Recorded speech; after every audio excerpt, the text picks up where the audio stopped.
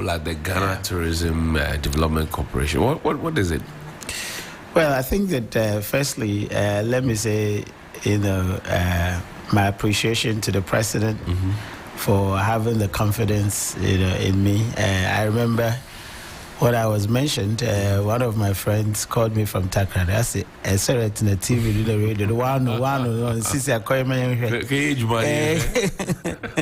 Michelle, very sweet guy. Right. One of my friends I grew up with. Right. I think that's the challenge. The president thinks that you have certain qualities that you could actually bring to bear. Nation building. Of course, I have to respond. Right. And I responded positively. My role is about commercializing the tourism space. Right. Obviously, GTA is the regulator. We are very much in business. So GTDC is actually established as a limited by shares. Right. So to speak, almost like a private company. So you can call it quasi-government, Yeah, so we are responsible for driving investment into tourism infrastructure. And by saying that, it means that working with institutions, working with private people, business people, Right. locally, internationally, to drive investment into the tourism space. And that means that we have to negotiate Right. very favorable terms Right. on government behalf in stakes. We take minority shares, minority stakes. So that's essentially what we do. So how does it feel to be the boss of the one who has been burdened, for want of a better expression, with this huge task? Amazing. I think that I have to demonstrate to my students the things that I tell them in class, that you can do this. And although the task is enormous, I'm amazingly grateful to serve. And I've been telling people that we have to do it so that the young people would not feel, disappointed, especially because you want to demonstrate that it is possible, you want to demonstrate that, all that we've been teaching them in class, is doable. Obviously, there are constraints, but the constraints are part of the work. You have to work through the constraints to make sure that the task, the mandate is met. Right. And I have a huge sense of support. From the minister, fantastic lady, Ablaji Fagomashi. Amazing lady. When you go to meetings, there's that pump up feeling. Right. Huge faith, absolutely. Huge faith in your ideas, in your frameworks, in the conversations, obviously. And the support of the staff, management and staff, amazing. You could see a groundswell of goodwill. Right. So I tell people that, look, I think that I have 6 things to succeed. One, I have an office. Obviously, you can go there and think and make sure that the work happens. Right. 2, I have a letterhead, that you can write to people and say, we're doing this, obviously with command, with authority. Obviously, I have the ideas, myself and my team, incredible ideas that we share. Obviously, I have the grit. I don't give up easily. I mean, it's never my thing. And that's why I always say that pump up. Pump up. Yeah. Any day, anytime, anywhere. Day, yeah. So when you face the troubles, you have to tell yourself, pump up. Pump yourself up. Absolutely, absolutely. How did Professor Kobe Mensah grow up? Well, this is from New Takrady, I don't know, a lot of people. When my class, when they come to my class level 400, I tell them I'm from New Takrady. They don't believe it. They don't believe it. Nah, that because a guy so great from New Takrady can come from New Takrady. I'm telling you, they don't believe it. Nah, they don't believe it. So it's a town. I mean, whenever you hear Stowaway, you might think that it's negative, obviously, with the connotations. Right. But that's most of the things that people in Takrady, they think about my village. Right. You got to take up the challenge. Obviously, we discourage that, but it is something that culturally we look at it as a challenge. You have to be successful, right? And whatever the opportunity offers, you have to be successful. So growing up in New Takoradi, you go to the beach, you have boats in there, with their names and their, kind of writings. Right. Some of them suffer to gain. Right. Some of them, their letters sometimes. Some of them. So you take inspiration from the environment. It's a tough community. I mean, similar to Jamestown, similar to Choco, for example. So you can imagine the area. That's right. And right from New Takoradi to St. Augustine's College, again, you're in the midst of, kind of a mosaic of everybody else. What was your nickname at Augusta? Oxinero. Oxinero. And I was in the cadets, Right. Yeah, so tough cookie, I built up all these things growing up. I remember in St. Augustine's College in maths class, our maths teacher, who also hails from New Takoradi though, but had left for so long, Brother Mike, amazing guy. Then first year, he was asking all of us where we're from. So when he got to my turn, everybody started laughing. The Tadi guys. They knew that you were from the same place as the teacher. Yeah, but, so it was like, why are they laughing? Where am I from? That I was standing there. Because I know that they will be laughing at me, So I got that. I said, from New Takoradi. Then he put his hands on his head. Say, oh my God, how did you get here? That was it. Because, hardly would you find people. People excel, but not from academia. That's right. And then a joke that we passed was say, New Takoradi, when you go abroad with plane, they don't think that you've been abroad. You have to go by ship. So by ship. Then everybody will say that, you have right. Exactly. Did you always want to be an academic? I think that. Because you have done very well. I mean, thank you. You teaching us and thank you and knocking our heads here and there, small. But thank you for the kind words. But we survive. Yeah, of course, of course. I suppose my family is an engineering family. Right. My dad was an engineer. Right. My brothers, engineers. So I could do a lot of it with engineering. I could draw. I could, in fact, technical drawing, technical skills. They were just like natural.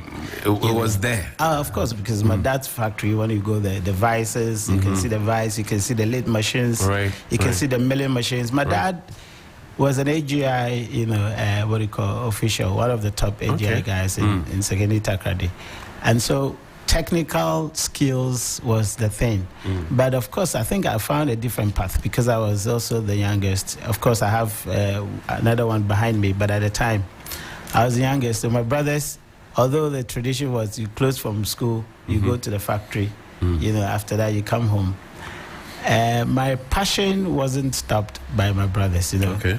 I think that they encouraged me going to computer school, etc. So naturally, I drifted from the engineering. Okay.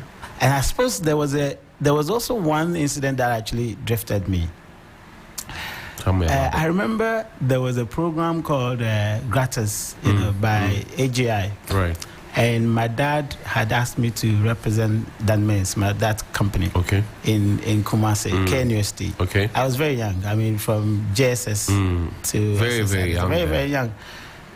And the guy, the British guy, I remember the name well, Powell. Yeah. He said I was too young to be in the program, so I should go home. Really? At the time, the sleeper, you take the train from Takoradi. That's right. The sleeper, you get to Kumasi, early morning you can come back. I spent the weekend with them. Went to the lunch, the dinner, etc. And the people were very young, and so they were surprised. Everybody was calling me, that man's labor, that kind of thing. Small boy. But, yeah. It was a computer-aided design CAD. And I think if I had done that, I would have actually gone through that the engineering field. Corner. But the man insisted that I go home. So I was so shattered and disappointed. So you could see how developments take place in terms of people's support or otherwise can actually change your But your dad at the time when he was asking you to go, he was confident young, but he was confident that you could do that. Do it, yeah.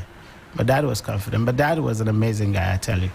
He was a very quiet guy, but very deep, set up his business, and he knew that that's what can actually take us up. But, Anyway, I found a different path. And then when I was going to St. Augustine's College too, everybody thought I was going to do science because I was a science and math student. The Shako. Yeah. But Augustine's were there for like a week or 2 weeks. They came and said we should do an exams. We were in the church, the chapel. Yeah, the chapel were just playing. All of a sudden they said we should go and write exams. Wrote the exams, English, maths, and I think science, general science. But I didn't do quite well in the maths. Right. So naturally, they wouldn't put you in the science class. Yeah, so they put me in business. Okay. But I remember that when my brother's wife was taking me to school, she's an amazing lady. She told me, look, one more course to be a year. So I stuck to that advice. So when they gave me the business, I didn't protest. People would protest. I want to do science. And everybody knows that you're a science student. That's right. I didn't protest. I just do the business, and I was good in business. So that's what took me through the business school. I see. Over the period, been to IPS, obviously, then to England. Came back teaching in Legon as a business, marketing especially. So I think, that's the path. Let's talk about you at the University of Ghana Business School. We'll come to your new role, but let's talk about it. Yeah. On a daily basis, I get people who have sat under your tutelage who come and they eulogize you, literally. Thank you. And they say, Prof dear, Prof dear. What do you tell them that makes them go crazy about you? Encouragement. I feel everybody has the potential. I mean, if I'm from Nita Kradi and I've been to a professorial level, which I don't take kindly, obviously a lot of people have supported me in that journey. I can mention names, but of course it's a tall list. If you want to. Yeah, it's a tall list. And I think that I owe to others, what people did to me to kind of find their potential. Right. So I hardly discourage people. I'm the quintessential, hype pump up man. Pump up hype man. Yeah, I only not satisfied if you're not pulling your weight. And then you're not going to get me my time because I don't want to spend my time on things that, it's frivolous. So I try to encourage everybody. I would share ideas with you and I would want you to kind of refine it and move on. Right. I don't like advising people, but I want people to observe. So I will share ideas. I won't tell you that you have to do this, but I'll share ideas with you. Right. And hoping that you would actually act on it. So at the business school, I hardly offend people. If I offend you, then it's not intentional. So I try to encourage people to find their path, to find their potentials, etc. And that's what I think I do best, So it's all about, getting people to realize their potential and being like me, because a lot of people my case is not special. I mean, there are a lot of people who have similar cases like mine. Right.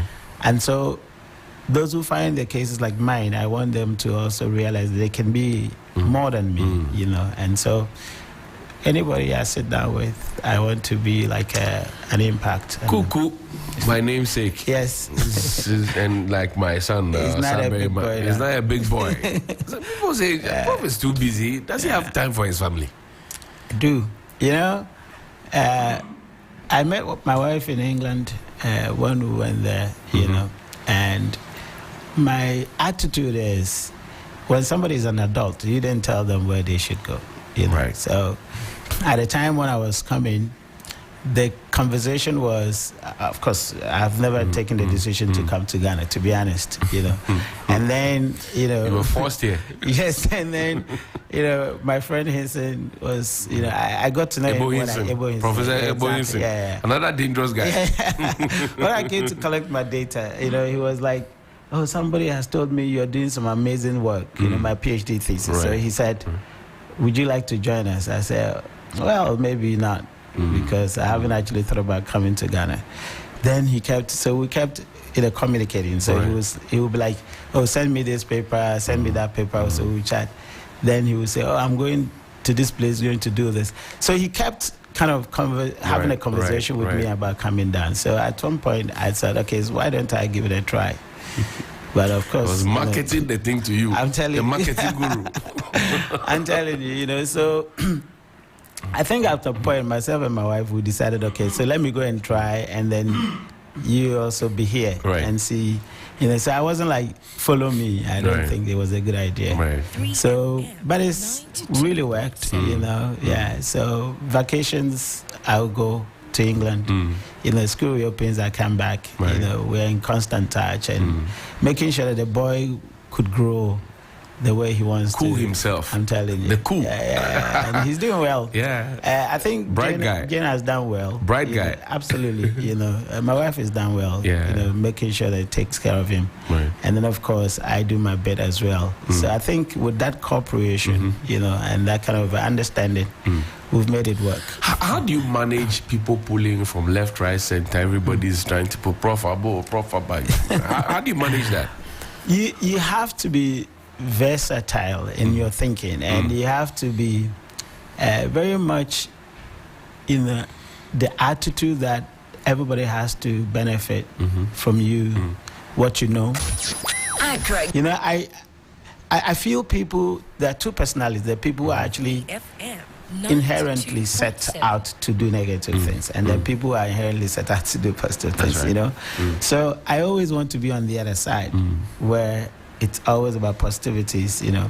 So it's tough, but you've got to juggle it and make sure that even when you haven't had total time for somebody, they could still have a bit of you, so that it doesn't actually be like you were drained, etc. So I will give you hearing, I will give you, that kind of attention. But if it's becoming too much, I will start drawing down a little bit, but not to a level that would feel too distant. No. So, yeah. Let's talk about your new role. What is it? Cool. So, as I said, GTDC is supposed to draw investment into the tourism space to help develop tourism in Ghana. So when I took the mandate, I looked at the mandate and it says, okay, you are supposed to, be the commercial arm of the tourism ministry. You're supposed to develop and draw investment into tourism infrastructure. That looks big, all right? And a lot of people think you have to be building hotels, etc. So I called the management and said, look, let's sit down and brainstorm, which they felt... Which is your job. Exactly. So to do. Yeah, as an academic, you have to bring the conceptualization to play, Prof. So they were surprised, in a room. I said, let's do this. And they were all up for the thing. So we conceptualized the mandate and broke it down into 4 strategic strands. So first is the one that everybody knows, physical tourism infrastructure. So maybe the hotels, the tour sites, etc. You have to be working on them. That's right. But crucial also is about investment and development in innovation and technology. Okay. Because you're supposed to bring investment to the tourism space. So you have to look at investment and development in innovation and technology, which I think is crucial. And the other is human capital development, right? In tourism space. That's also the infrastructure. What does infrastructure mean? It's a support system, isn't it? So you want to look at high-level human capital development, that people have right skills, right qualifications, to do quality in the tourism space. And then, of course, one that I love so much, I talk about as investment and development in cultural assets preservation. Kukwanansi, for example. I mean, if Hollywood should come and tell you, we want to use Kukwanansi in our film, how much is it? We don't know. Yes. We need to have that conversation. Job. Exactly. So, but it wasn't looked at that way. Nobody looked at it in that direction. So I had to reconceptualize the mandate, and say that we have to have the conversation. So I'm now working with the other agencies, the 13 agencies, everybody else. How do we commercialize your space? All right. So I'll go to the creatives and say, okay, I can help. Let's do this. I can go to the heritage people, which I'm having a meeting with Mrs. Appenton, fantastic woman. Right. Today, this morning, to discuss about the heritage. You know, how do we commercialize? And the word is sustainability, not really commercialization. Not just starting it, but keeping it going. Yeah. So how do we sustainable? Now there's a conceptual framework that we've put in place called the Ghana Narrative Program, right? Which we're going to do with some of the agencies.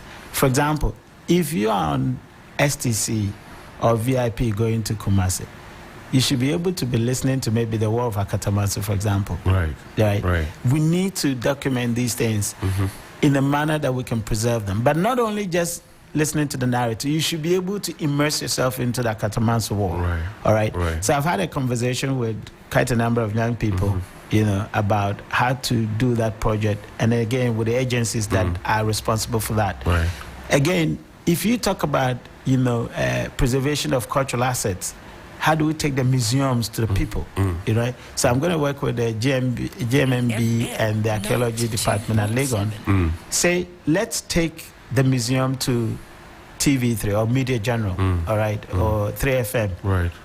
On your lunch break, you can come and listen to some amazing stories about Ghana. That actually would reduce your stress levels, isn't it? So we have reconceptualized the mandate in a manner that can make us very much, you know, detailed in the kind of work that we do. And then, of course, the physical ones will come. I mean, I've had meetings with people. But, Prof, you see, there's a certain checkered governance system within our tourism space. Museums and Monument Board will come in. GTA will come in. And then you have another wing is just... I mean, creatives, you know, NFA and all those guys. For example, our forts and castles. It's Museums and Monuments Board. Absolutely, yes. How are you getting into their space to make sure that this commercialization you are talking about happens? I mean, it's one of the 13 agencies, so you have to go there. I mean, when we had a meeting with the minister, I had a lot of chats with many of them. And I tell them that, look, if we are the commercial arm, we're going to help you consultant-wise develop in a very sustainable programs. And I'll give you one of them, as you said. The festivals, for example. So if we take Homo, we have to review the entire Homo and say, how do we make it more sustainable? I.e. pushing more revenue, all right? So we're going to decouple or deconstruct, if I should use that word, deconstruct Homo into modules, all right? And say module 1, this is the process. Module 2, this is the process. Module 3, this is the process. And then be able to look at the cost lines and look at the revenue lines and see whether you could optimize it, if you understand the point I'm making. I have said that, look, we do not have a lot of to-do in our tourism spaces, but we have to watch or to see, right? I want to see Homo where people can erect their exhibition or their activation canopies and be saying, when you come, I can dress you like a Dagbon chief, for example, all right? And then take photo of it, all right? So you could be adding items, and each item is cost. You know, you have a price tag on it. So if I take, for example, the sandals or the cheap sandals, all right, how much is it? Maybe 5 cedis. If I put the anklet, what's the name? The bangles on maybe that one is 10 cedis. If you use the budia, that one is 5 cedis. If I give you, let's say, a palanquin experience, 20 cedis.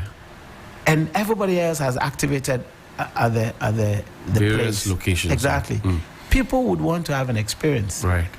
That way, we can generate a lot of money into the system. So one of our tasks, one of our duties we're going to do is to offer consultancy services to the traditional councils and obviously to the agencies. Are they willing to accept this advice? Very, very willing. I mean, when we had a meeting with the minister, all the agencies are ready for us to, and as I said, I have quite a number of meetings with some of them. We need to reconceptualize the things that we do to push in the sustainability conversation. And most of the time, the sustainability conversation has been money plus participation. All right? We're trying to gamify, like, the dresses. You know this dress that you're wearing now? When I was young, we used to wear them. Growing up, I've lived in England so much that I was no longer, you know, and that's what is happening to people. So what about we gamifying it so that when a young man, a child or whatever is playing a game, they can choose that costume and use it. And then use it. Yeah. You know? As it appeals to them, then we're actually creating the sustainability conversation. Right. So all of them, I can say, you know, are ready. And I can tell you, the biggest of the project that you're going to have is what we call the marketplace. Tell you're me going about to it. have the biggest tourism marketplace on the continent. And we are developing it as we speak. Now, very soon, it will be live. Johnny, you're going to love it. All right. So I think that the challenge is huge, but the prospect is amazing, and I'm loving it. Mostly, I mean, likely, if I should put it that way, obviously I'm waiting for my minister for have a conversation on that. Maybe latest by end of March, we're going to launch one of our flagship stuff. We call it FPMS. Okay. That's Fleet Pool Management. Okay. It's a car rental, but of a different kind, you know, to support the Black Star experience. Okay. We need to have a very seamless infrastructure. Very professional infrastructure that can actually support people's experiences in the country. So be looking out for amazing I'll stuff. look out for that. Yeah. But yesterday at the Economic Dialogue Forum, we're told that the country is broke. We don't have money. Of course the country. You need money to do these things. Yourself? You need money to do this, bro. I do. So how are you going to get the money to do this? I believe in ideas first. I mean, Nkrumah said that there are three things, you know. The world is made up of water, made up of spirits and the ideas. Ideas, yes. When you read it, you know, he makes references to Thales and, you know, Engels and all those people. Right. Call it cosmic raw material. That's right. You know, everything you see in the world is ideas, apart from those that God made, you know, with water, with spirit. The rest of them are ideas. People build the planes, people build the ships. I cannot go to anybody for financial support without having my ideas in ink. All right. So for the past month, you know, I was, you know, given a letter on 28th. Went to the office on Monday. So Monday was my 1 month. I see. Yeah. Well done. Thank you. In that 1 month, we've built all our products that we're going to actually take it to our shareholders and say there's a need for you to capitalize us. You know, we've built close to about 8 products, you know. We've costed them. So we have our projections, you know, how much it's going to take to do each product. What are the marketing expense, administrative expense, you know, what is the expected income generation. And so we've done all these. In fact, one of them that you're going to love is the center of the world that the president talked about. Okay. You know, it's been there, but we need to develop a product around it. I mean, I see all these things are as raw materials. The beach is a raw material, it's not a product. That's right. You've got to develop a product around the beach. Out of it. Yeah, exactly. The mountain, Afajato, is a raw material. You have to develop products and services around them. And that's what we've done, all right? So I believe that if I put the ideas and I conceptualize them, and it makes logical commercial reason, there's no reason why you wouldn't fund it. The 8 projects you're talking about, let's run through them. Which one? The 8 projects? Yes. Okay, we have a night tours. We're going to do Accra by night. You know. Accra by night? Absolutely. Yeah, we're going to do Accra by night. We've had conversations. We've developed a concept. We know that a lot of people come to the country weekdays, and the country is, you know, is not active. So we can plug in Accra night tours. We're starting with Accra, then later we can... Accra by night. Yeah, and that falls within the 24 hours, isn't it? Right. Yeah, so we can do a night tour. You know, we have what we call the Roman Museum tour. Okay. As I said, we're going to work with the GMMB and the Archaeological Department. You know, we have what we call the Center of the World Festival. In fact, the Center of the World is actually an educational tour, you know, product that we're developing. So geography students should know that Ghana is on latitude 0, longitude 0. What does that mean? It means that time resets here. Right. So there's no, you know, it's not for any reason that you have a reset. You know, and I spoke to a pastor who said that he takes his congregation to the center of the world, you know, as in the Greenwich. Right. every December 31st for prayers because he believes that it resets you. That's spirituality. In fact, when you read the literature, it talks about Axis Mundi, and we're creating a concept of Axis Mundi Festival. Right. Now, the idea that, that place is exactly the center of the world is amazing. I'm having a conversation with the nautical guys for us to see how do we do that journey, all right, onto the actual center, which is in Ghana waters. And then, of course, the Tema is the proximate to that particular place. That's right. The spirituality of it. And when you read the literature, Johnny, it would interest you that we have two symbols that actually represent that. The Nyamidua, right, and the Equaba are exactly what we are talking about. The axis, the hemisphere, the northern and southern hemisphere, and then the west and east, coming together. Exactly. And so it tells you that our ancestors actually knew that we are located at the center. Now, some of the literature talks about Ghana being the spiritual stability of the world. Is it for any reason that we don't have the kind of chaos other people have, although we have economic issues? You have to think about it. So some people talk about the spiritual stability of the world. So as the world is actually in chaos, we're supposed to offer that stability. It's amazing. And I think there are some people who have actually done a lot of studies. I mean, this guy, what's his name? He's at the Economic Summit. David. Right. David Dotte. Right. Lawyer. I've spoken to him, yeah. Rotarian David. They've done a lot of work, and we're going to have a conversation about it. Look, there's spirituality associated with Ghana for the world to benefit. All right? So we're looking at how do we send that conversation. The people who develop GPS, all right, in Silicon Valley, etc., hardly would think that we actually are the coordinates. Right.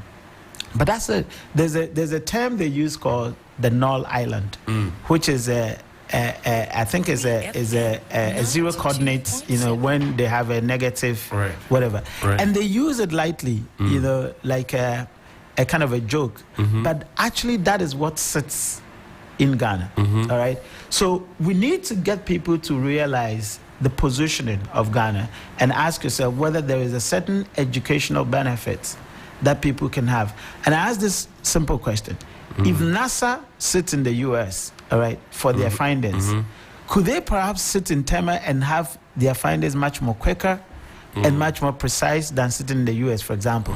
These are the educational tours that we can actually generate, out of our positioning in, center of the world, for example. So we're developing educational tours, to take people to where the center is, and then to actually get them the sense of what they do, for example. So spirituality, educational tours, obviously the leisure ones, as we're doing. So we're thinking that perhaps we'll probably have to start doing our 31st night, the New Year's Eve, at the center of the world. And you're going to plan that? Absolutely.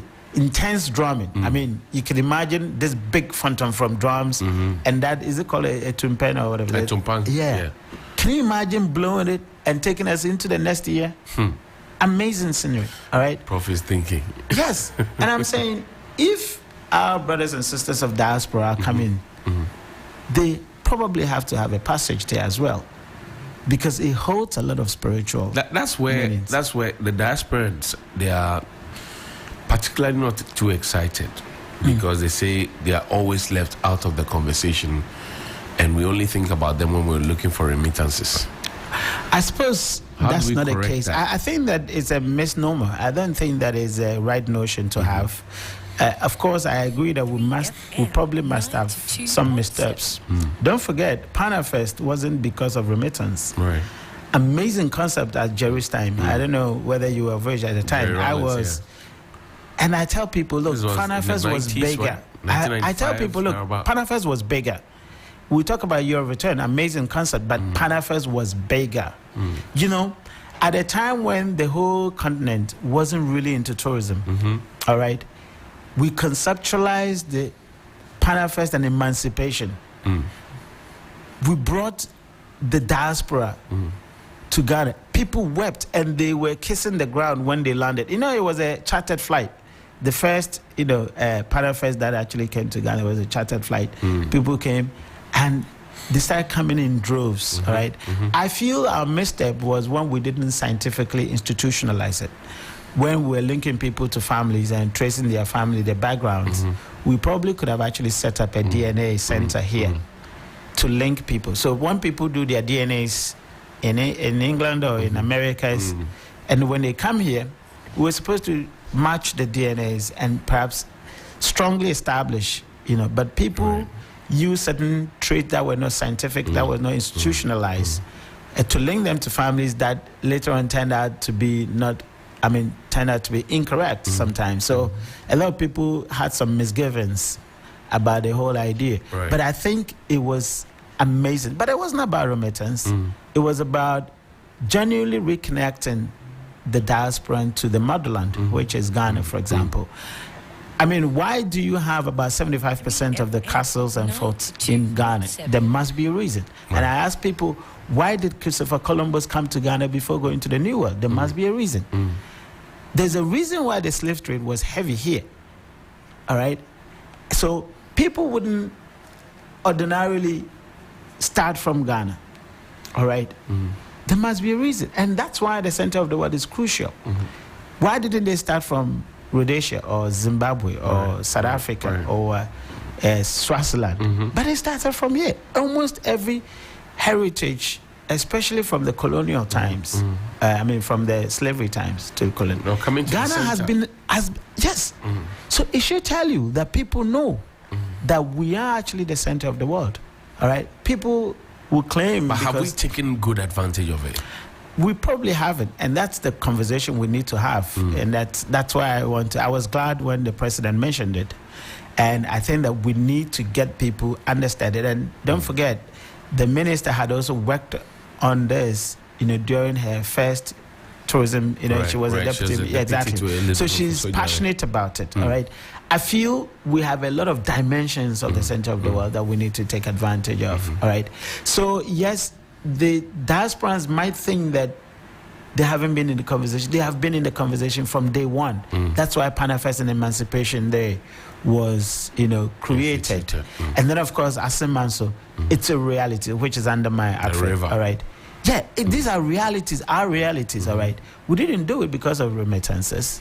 Obviously, we need to invest in the country to make it work, to make it affordable, to make it convenient for them to live in. Tourism, the beauty of tourism is that when you develop tourism, it affects both the locals and the internationals, all right? Because the same road we're using, all right? The same park you would enjoy, okay? So tourism has that multiplier effect to the extent that, it doesn't only favor one group. And so for me, I don't think that the idea that the diasporans are left out only when we need remittances is a correct notion. I feel that, yes, we have our limitations, but the realities are also clear. The country needs development. And in the present world, you need money. And so all of us should contribute, towards making it a good place to live. I have a small tourist site or something that I think is connected to tourism. How do I get your support?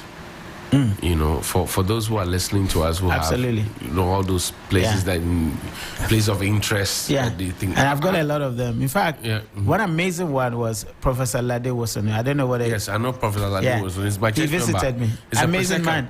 Yes, amazing. That man is intelligent. It's understatement. Professor Lade Wosonu. He's a surgeon. Yeah, he's a surgeon and a poet. Yeah, he's a poet. And that's... I'm with him at Ghana Writers Union. Yes. He came to my office, he paid a visit, and I'm grateful for that, for such a huge man to actually pay me a visit.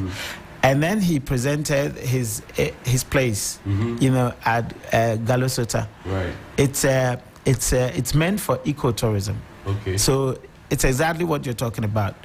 We're supposed to help, come into, sort of an arrangement with him to develop that site. So what do? We need to mobilize resources towards that. So we have to first of all profile, all right, that area, identify the potentials that it holds, build a narrative around that, a case around that, and approach, funders or approach interested parties who could actually help us build that particular place. So MyAsFed is supposed to profile it and then look for support systems, i.e. funding. It might not necessarily come from government because, as you know, our priorities are plenty. So we need to lead you to investors. So going to the money through it. Exactly, and then develop it. And so that's exactly what we're doing. I've had a lot of people from Peki. There are some amazing things in Peki. Okay. In the Volta region. Exactly. Nkrumah's residence is there. You have a certain tunnel linking two villages. During the war days, you have Wolf Lawrence, Palanquin. Right. You have some, and then you have Nkulenu. Properties, the residences, exactly. So all these things, we need to preserve them, for attractions, for example. So if you have a tourist area, you come to us, we discuss, we profile, we build a commercial case, and we look for investors, in order that we can But all this that you're doing, I mean, I listen to your ideas, bright, brilliant as always. I'm looking at the castles and forts. I went to Elmina, my ancestral home. I went to Bacano, my ancestral home. I went to the Cape Coast Castle. They all lack paint. All those facilities. I suppose paint the thing, let it look nice. Well, those ones are under GMB and of course the GTA, etc. But of course I know because I'm part of the 13 agencies, so I can tell that there are a lot of efforts to restore, so to speak, these areas. But of course the constraints are also evident. They are practical, but that don't mean that it cannot be done. I'm sure there's going to be a reconceptualization of the efforts to get these things done. Prof, in closing, Forward March, where are you taking us? I'm taking you to a very sustainable, tourism relevant spaces. That's our mission. We actually say our vision. We want to make sure that we have a very relevant, sustainable tourism, right? And that means introduction of technology. That means offering seamless, tourism experiences. We're talking about Black Star experience, and all year round, kind of participation, not just observing, not just partying, but making sure that people have relevant, sustainable tourism experiences in this country. And that's what we're developing. And for you, your pledge is that you want to live full and die empty. You want to give off everything you have, like you do for us in the classrooms. I would be glad to be known that way. I feel the kind of legacy I can leave to Kuku is that his father was a good man. So that's what I look up to. And so I try to be measured in my approach of things, making sure that I give it all, in terms of doing it. What kind of staff do you have? Amazing, supportive staff. I mean, we have about 20, 23, 25. Asemanso, and here, we have a receptive site in Asemanso. We have Big Tree, and we have Amoanima. That name, I struggle to mention it some place, And these are the sites we're managing now, and then of course the Big Tree as well. But we're going to develop and do more. And all these guys, amazing guys, of course, capacity-wise, we have to build capacity. So we have even some trainings. And when it comes to staff welfare, we have to improve, because otherwise the morale will go down. But I think that they can feel the energy, the resetting energy, and they are very much ready to support. And the least I can do is to also see to their welfare, whilst they give the utmost, support. So I'm hoping that we can count on those collaboration going forward and make sure that things happen. Prof, thank you for spending your money with us. Absolutely. Thank you for drag a big man into the studio. Thank you very much. Thank you, Johnny. It's always a pleasure. It's always a pump-up day. You know? And because you are here, I'll play something from Papa Yankson for you. Oh, wow. Amazing. It's Ghana Month. Charlie, thank you.